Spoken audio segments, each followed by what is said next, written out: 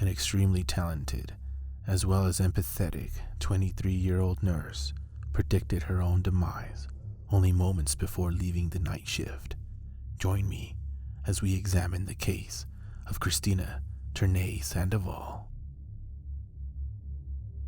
Kristina Marie Tournai-Sandoval, who is also known by her family as Tina, was born in March 17th of 1972 in Valparaiso, Indiana. Kristina was the second of 9 siblings and is remembered by her kindness and willfulness to help, even at her own expense. Tina was a very determined person throughout her entire life. It seemed she could do anything she wanted, and she would master any craft she picked up. She lettered in track, volleyball, basketball, and even the Knowledge Bowl. Kristina also learned how to play the trumpet in middle school, and by high school, she was traveling abroad in Canada to perform for the marching band.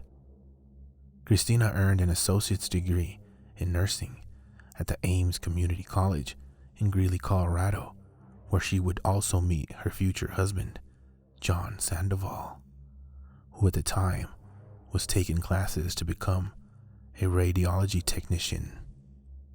Tina would advance on to receive her bachelor's in nursing by working as a licensed practical nurse on the weekends at the North Colorado Medical Center. She would accept her degree in the top 5% of her nursing class at UNC in 1995. Tina was praised both inside and outside of the classroom by her pupils and mentors alike. Kristina and John Sandoval seemed to hit it right off, as they would soon get married in 1992 in a chapel nestled within the Colorado Rocky Mountains. Her younger sister, Suzanne Mary, would recall that she believed Tina and John were living in a fairy tale, as everything seemed so perfect. The newlyweds even had a memorable honeymoon out in Cancun. All the family can remember is how exciting it all seemed.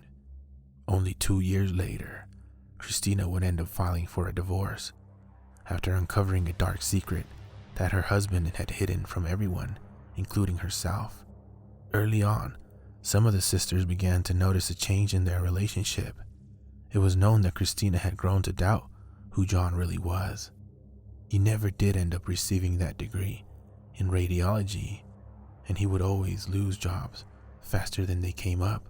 It was obvious to the family that something was wrong, but Tina would not elaborate in the beginning. But by the summer of 1995, Tina and John were no longer living together. It would take another several weeks after Kristina had moved out that she would open up to her sisters and let them know the truth that she had married a perverted peeping Tom. John Sandoval would periodically sneak out in the middle of the night to gaze at women as they dressed or as they went about their business in the privacy of their own home. On some nights, after returning from his escapades, he would return with some type of trophy or a memento. To the detectives, John had always been a suspect when it came to perversion, but they were not aware of his true murderous capabilities. On October 19th, 1995, Kristina left her overnight shift in the early hours from the North Colorado Medical Center, bound for John Sandoval's home to hash out their divorce issues. She would never be seen again. The most tragic part is that she had foreshadowed her own disappearance. Throughout the week, and even the last morning before meeting John, Tina had jokingly said to her co-workers and younger sister that they would need to call the cops if she did not return from her meeting with John Sandoval. That same night, not hearing anything from Tina, her mother and sister reported her missing to the authorities. With the knowledge of John's criminal history and the crime being fresh, 2 detectives, Keith Olson and Brad Goldsmith, set out to question John and search for Tina's missing vehicle. At first, they were not as lucky in finding John as they were with finding Kristina's car. John's house was empty, except for his aunt, who at the time was renting out the basement. The aunt would recall that John had not been back for quite a while. With the knowledge of John's history and the fresh disappearance, the detectives had an officer stake out in front of John's home to signal his return. As for Tina's car, that was found parked in some random apartment complex with her wallet placed inside, yet no evidence could be found. Once the detectives got word that John had returned to his home, they paid him a visit. Not 4 minutes after receiving the call that John had arrived, the detectives were knocking at his door. Once again, the aunt answers, and this time tells the detectives that John had indeed just arrived, but that he had jumped into the shower as soon as he got home. This was devastating to the officers, as they knew this meant any evidence on his body was being physically flushed down the drain. While waiting for John to finish with his shower, the detectives began to look around his car, where they found several rather alarming items scattered within. In particular, the detectives found a muddy shovel and some rope. Although no helpful evidence or DNA could be extracted from these items, they did, however, paint a clear picture in the detectives' minds. At this point, the detectives had to make a dire choice: either go in now or possibly have to wait for some solid evidence down the road, which frankly could have never came. The detectives decided to enter the home, where they noticed a scratching and crashing noise. John had jumped out of the back window, smashing down on the grass. Luckily, the stakeout officer who had signaled John's arrival was positioned near the window that John attempted to flee through. The officer was able to subdue John with her handgun pointed at his head. At that time, the detectives did not have enough evidence to arrest him on the disappearance of Kristina Tournai-Sandoval. What they did have was a warrant for his arrest under another crime he had committed earlier and was not charged correctly on. Prior to this tragic incident, John Sandoval was caught hiding out inside an old co-worker's friend's closet. The co-worker's friend noticed something strange and called the police before finding John in her bedroom closet. She demanded John explain himself. John stated he went to visit a different friend altogether who would allow him to enter as he pleased. Both fortunate and unfortunately, the officer at the time had written up the offense as a misdemeanor instead of its proper felony charge. With this on hand, the detectives had a chance to arrest John Sandoval, even if it wasn't for the murder of Kristina Tournai. John Sandoval would proceed to serve 4 years out of the 6 which he was sentenced to for the felony trespassing charge. Soon after being released on good behavior, John Sandoval moved to Las Vegas, where he lived free to do as he pleased. In 2009, with a new district attorney in office, the detectives Keith Olson and Brad Goldsmith focused once again on the now 7-year-old case with what seemed like no new evidence.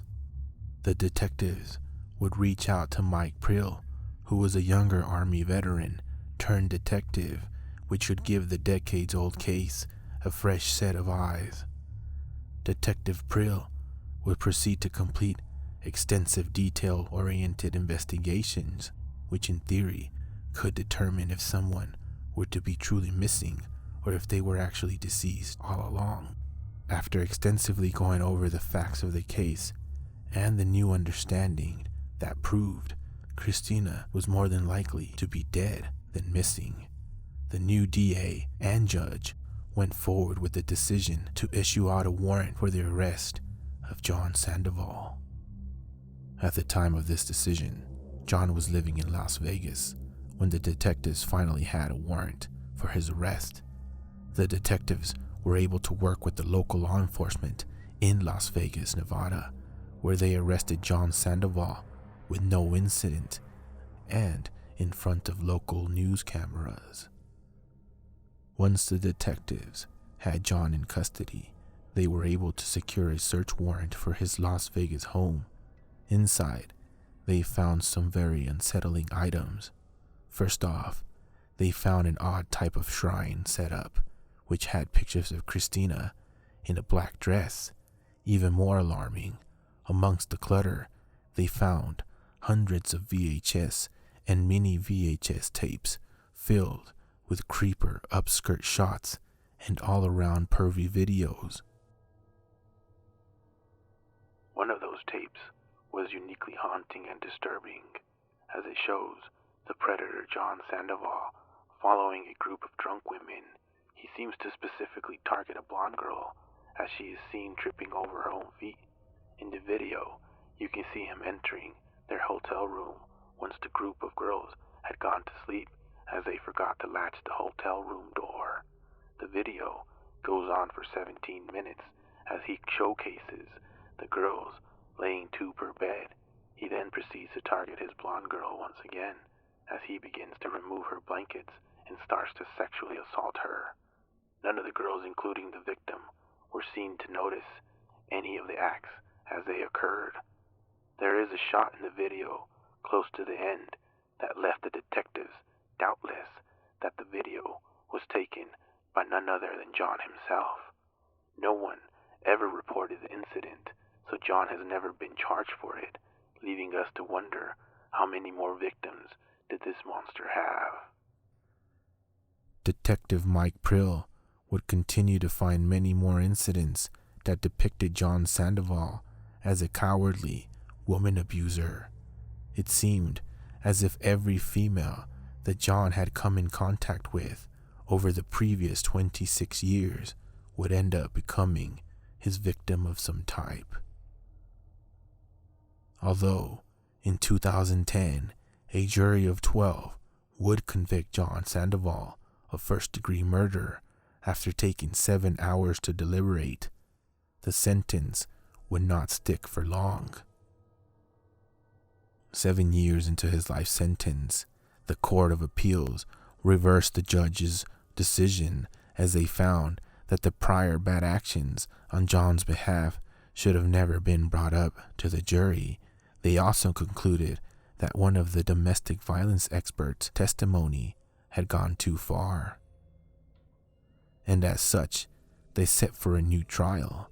Fortunately, John would not be released until he would be found innocent, which in many cases can take several years. For that reason, John Sandoval's attorney reached out to the detectives working the decades-old case with a bargain. John's lawyer stated that they could have possible information of where Kristina's body could be. Using this new information and working with the DA, the detectives came up with a plea bargain which the Tournai family could also agree on. With the new plea bargain in hand, John would need to produce Tina's remains, and as such, he would receive time served plus a reduced sentence from first-degree to second-degree murder, which would lower his overall sentence from life in prison to only 25 years.